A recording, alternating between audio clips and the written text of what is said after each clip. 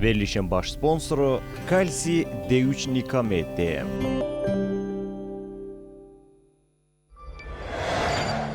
İdman həkimi, fizioterapevt Fərid Səlimovun sponsorluğu ilə Ay Həkim verilişinə baxırsınız.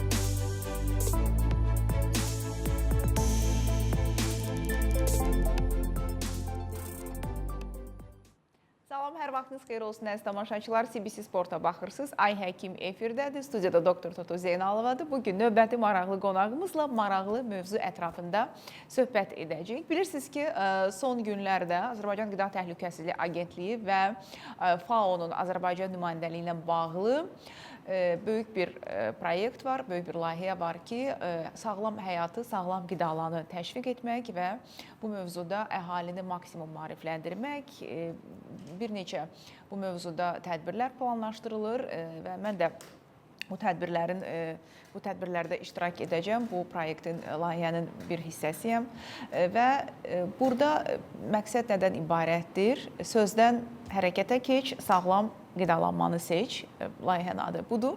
Və qidalanmadan danışırıqsa, qidalanma ana bətnində başlayan və həyat boyu davam edən bir davranışdır.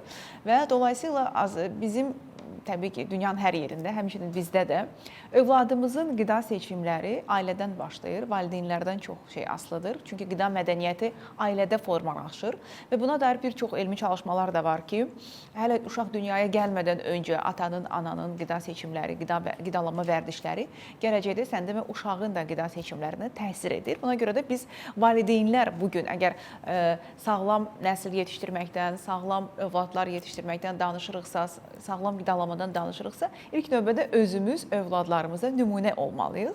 Çünki bu misalı tez-tez gətirirəm ki, kələm yeməyən atanın uşağına istədiyin qədər kələmin faydasından danış, bunu evdə görmürsə, yeməyəcək, sevməyəcək. Amma biz sağlam seçimlər etsək, istər-istəməz, düzdür, biz onu %100 kontrol edə bilməyəcəyik, amma ən azından 70-80% daha sağlam seçimlər etməyə təşviq etmiş olacaq övladlarımızı. Elə bu məqsədlə də biz ana bətnindən danışdıqsa, uşaqlarımızın qidalanmasından danışdıqsa, düşündüm ki, yerinə düşər ki, bizim qonağımız məhz uşaq həkimi olsun və bu mövzuda çox güvəndiyimiz, öz övladlarımızda etibar etdiyimiz pediatr doktor Nərgiz Əlimuradova studiyamızın qonağıdır və məmnuniyyətlə bugün mən istəyirəm ki, mövzunu ana südü ilə başlayaq, uşağın ilk qidası ilə. Xoş gəlmişsiniz, doktor. Girişi biraz uzun etdim. Bilmirəm nə dərəcədə çox gözəl sözlər dediniz. Maraqlı oldu tamaşaçılara.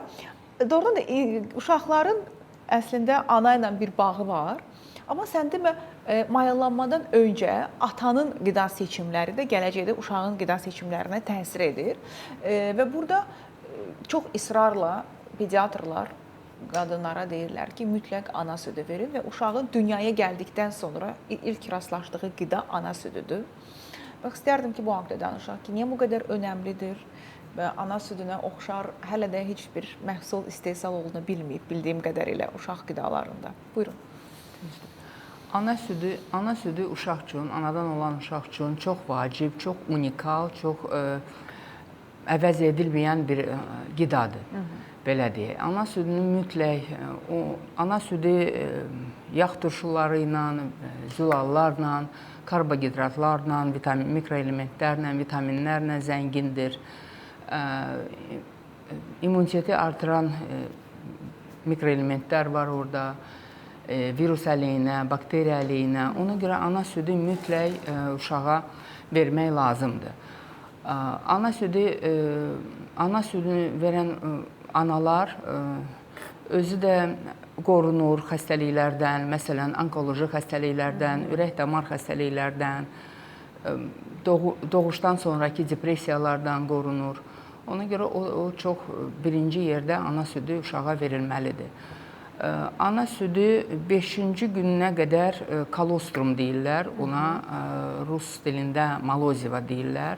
O süd çox qatı və belə sarımtıl rəngdə olur. Çox böyük onun xeyri var uşağa. Mütləq o 5-ci gününə qədər süd verilməlidir. uşağa o südün tərkibində zülallar, laktoza və yağlar mövcuddur. Ondan sonra keçid süd əmələ gəlir, ifraz olunur 14-cü, 15-ci sutkaya qədər. 15-ci sutkadan sonra normal süd verilir. Hə, normal süd verilir. Hə. O ifrazı, südün ifrazı da get-gedə artır. Məsələn, 4-cü, 3-cü, 5-ci sutka ərzində 40-50 milli ana verə bilirsə uşağa, 15-ci sutkadan sonra 15-ci sutkadan sonra 700-800 milli gün ərzində süd verə bilər. Uşağı əmizdirmək mütləq lazımdır. O sağlamlığı üçün, birinci uşağın sağlamlığı üçün vacibdir. İmmunitetin yaranması üçün lazımdır. İnfeksiyalardan qoruyur. Yəni südlə, bakteriyalardan, viruslardan. Ana südünə qidalanan uşaqların immuni sistemi daha güclü olur, daha deyə bilirik. Daha güclü olur. Amma daha arıq olurlar bu uşaqlar. Yox, demək olmaz. Belə deyirlər ki, yox.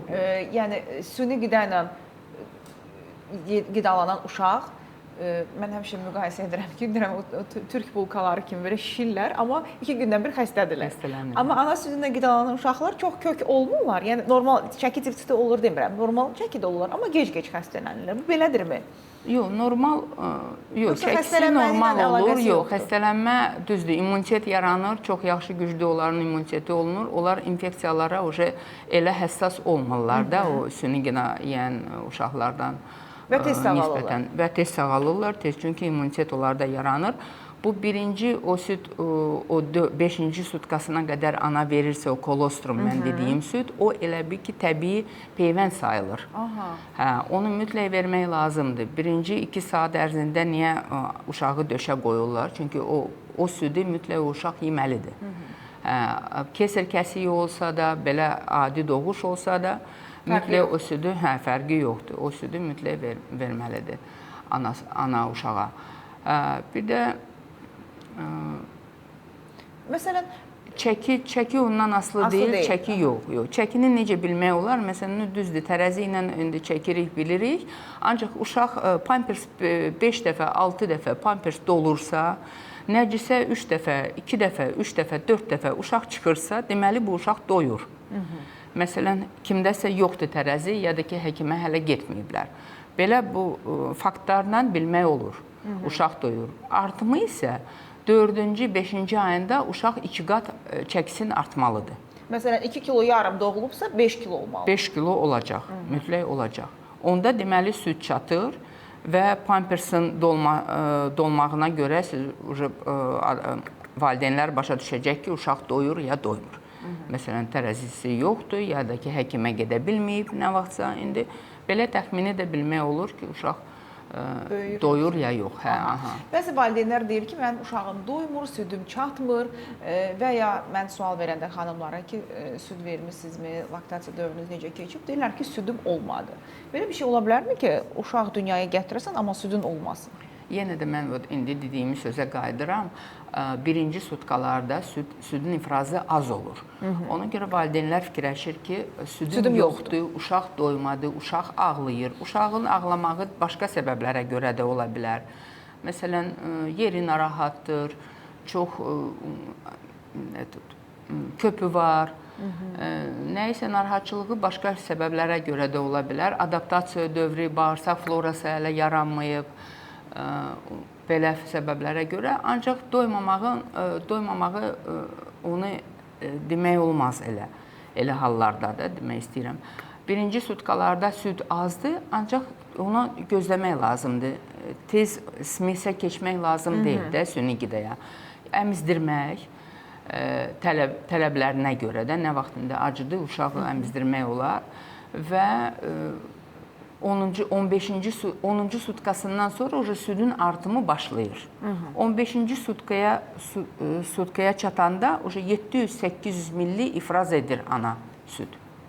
Yəni 700-800 milli kifayətdir. Kifayətdir, əlbəttə ki, uşağa kifayətdir, o mütləq doyacaq o süddən. Bəzən ola bilir ki, uşaq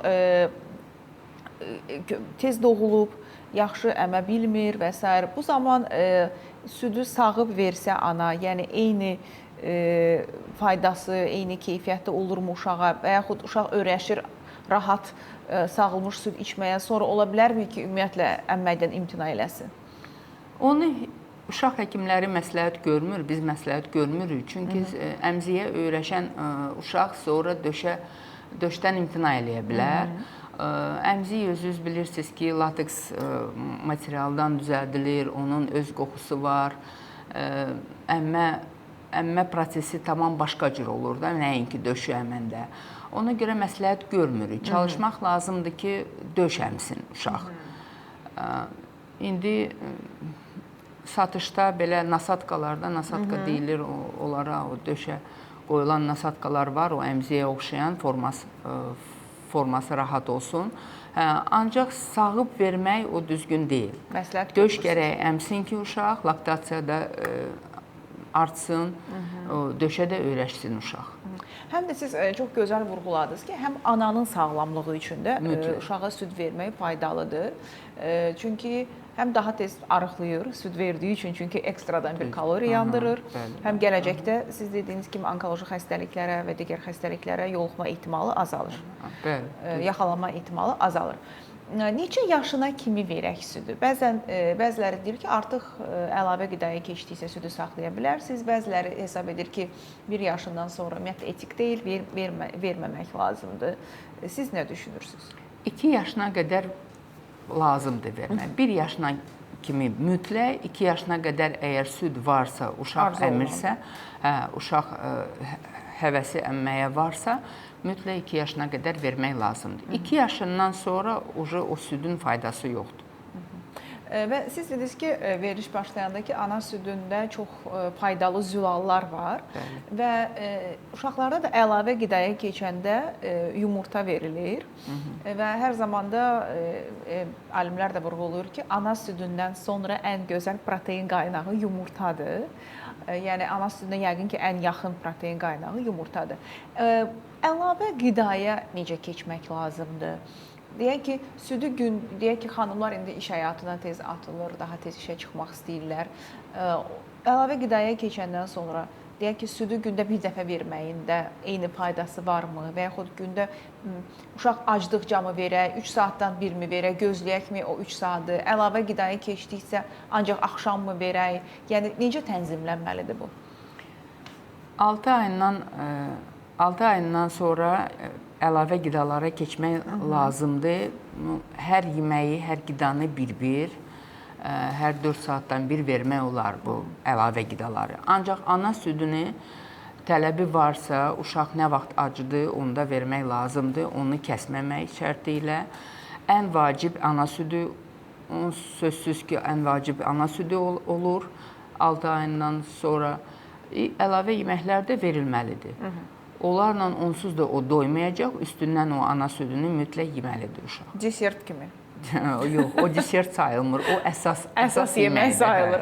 Ana südü əsas yeməkdir, qalan yeməklər desertdir. Bəs yeni doğulmuşlarda necə? Çox vaxtı burada biraz ailədə, xüsusilə qaynana ilə yaşayan gəlinlərdə olur ki, deyir ki, çünki köhnə, yəni bizdən əvvəlki nəsil, köhnə nəsil deyil, bizdən əvvəlki nəsil deyirdi ki, 2 saat yarım, 3 saatdan bir yedizdir, qoy uşaq rejimə düşsün.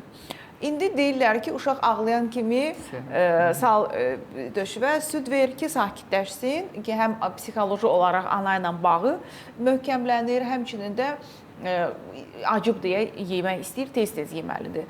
Yəni, əslində, necə olmalıdır bu proses? Protokollar necədir bugün müasir pediatriyada? Tələbinə görə, uşağın tələbinə görə nə vaxt acıdır, onu ana südünü vermək olar. Südünü qida yesəydi, onda siz deyən dediyiniz söz düz olardı. 2 saat yarım, 3 saatdan bir, sonra 3 saat yarımdan bir, sonra 4 saatdan bir. Ancaq ana südünü tələbinə görə nə vaxt acıdır, onda uşaqla ananın daha belə bağları olur. Daha yaxşı bağlanır bir-birinə, daha psixoloji kontakt yaranır da. Kontakt yaranır, ona görə onu saatla vermək düzgün deyil.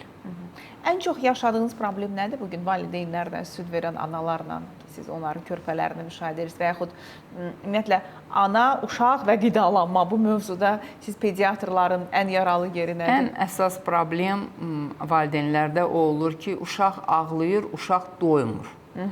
Gətirirlər məsələn qəbula uşağı, çəkisinə baxırıq, görürük ki 800 qram artmalıdır, uşaq kilo yarım artıb.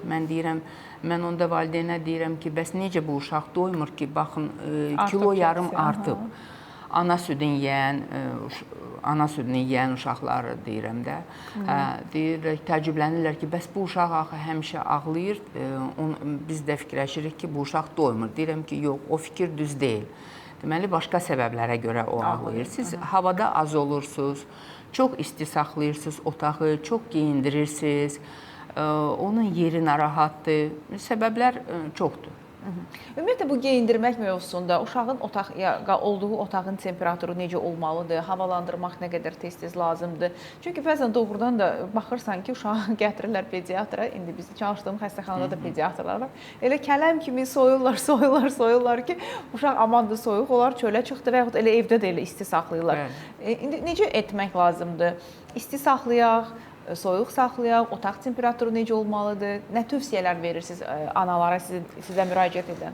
Analara başa salıram ki, 24-26 dərəcə olmalıdır yeni doğulmuş uşaqlar üçün otağın temperaturu. Ondan artıq lazım deyil. Siz necə özünüz geyinirsinizsə evdə, papaqsız əlbəttə ki, bizim cəmaət papaq da uşağın başına taxır. Deyirəm ki, siz özünüz necə geyinirsinizsə bir paltar artıq. Məsələn, altında bodyadırsa, üstündən də bir dənə, məsələn, qışdırsa uzun qol body, ya da ki, yaydırsa qısa qol. Yayda bir dənə body. Çox geyindirməyin, çünki uşaq yeyəndə də enerji itirir, hərəkət eləyəndə də çox enerji itirir. Ona görə uşaqlar onda çox tərləyir, çox narahat olur. Evin temperaturu normaldırsa, niyə lazımdır çox geyindirmək, kələm kimi, siz deyən kimi? Papaq bəs? Papaq yox, qətiyyən olmaz. Taxmayaq evdə papaq? Evdə yox. Kim evdə papaq taxır? Hava soyuq papaqda gəzir? Olur bəzən. Amma evin temperaturu normaldır. Biz papaq taxmırıqsa uşağı da tabii. Biz taxmırıqsa uşağın başında saç yoxdur, başına soyuq olar, qulağına soyuq olar. Hələ bundan qabaq bəs bəliyirdilər doktor uşağı, yazıq uşağı. Eləmək var, qətiyyən olmaz. Qətiyyən olmaz. Niyə? Uşaq ayaqları hərəkət eləyə bilmir, uşaq sıxılı qalır. Qazlarını çıxarda bilmir. Köpünü çıxarda bilmir, çox sıxılır. Kim dözə bilər ki, məsələn, böyük adamı bəliyəsən, o qalsın hərəkətsiz. Uşaq da elə. Deməli, boşuna demirlər ki, insan ən böyük travmanı bu dünyaya gələndə yaşayır. Çünki ana bəhtində çox rahatıq. Yeməyimiz gəlir, içməyimiz gəlir, anamızın ürək döyüntüsünü eşidirik, özümüzü güvəndə hiss edirik. Birdən bizə deyirlər ki, çıx. Nəfəs al, yemək yeməlisən, özün, südü əmməlisən. Hələ bir də ki, orada nənə, baba müdaxilə edibsə, səni bəliyirlər, bir də beşikdə belə yırğalayırlar ki, yatasan. Bu beşik məsələsinə də toxunacaq. Beşik bizə lazımdır, yoxsa yox. Uşağın yatağı necə olmalıdır, hansı kravatlar seçilməlidir. Amma reklamlardan sonra. Verilişimizin baş sponsoru Ştada şirkəti də tamaşaçılar kalsium D3 Nikamid, portağal və limon dadlı çeynəmə tabletlərini isə təqdim edir. Kalsium və D vitaminini defisitinin profilaktikası məqsədi ilə həmçinin kalsium və D vitamini defisiti riski olan pasientlərdə osteoporozun müalicəsi zamanı əlavə terapiya qismində istifadə olunur. Kalsium və D vitaminin qəbulu üçün nəzərdə tutulmuş bir preparatdır və kalsium D3 Nikamid 25 ildən artıq mövcuddur, sınanmış preparatdır. Hamilələr və 3 yaşına yuxarı uşaqlar da istifadə edə bilər. Təşəkkür edirik baş sponsorumuz Ştada şirkətinə. Digər sponsorumuz Böyük Britaniya təhsili idman həkimi Fərid Səlimovdur. Fərid Səlimovdan artıq ikinci həftədir mən də məşq edirəm, müalicəvi idman məşqi və doğrudan da faydasını görürəm. Hər kəsə də, ətrafımdakı hər kəsə də tövsiyə edirəm. Diz, onurğa, çiyin, əzələ ağrılarından artıq daha tez və müasir idmanla müalicə oluna bilərsiniz. 055-318-83-94 nömrəsinə zəng edib doktor Fəridin qəbuluna yazılmanız kifayətdir. Reklamlara baxaq, sonra maraqlı söhbətimiz davam edəcək.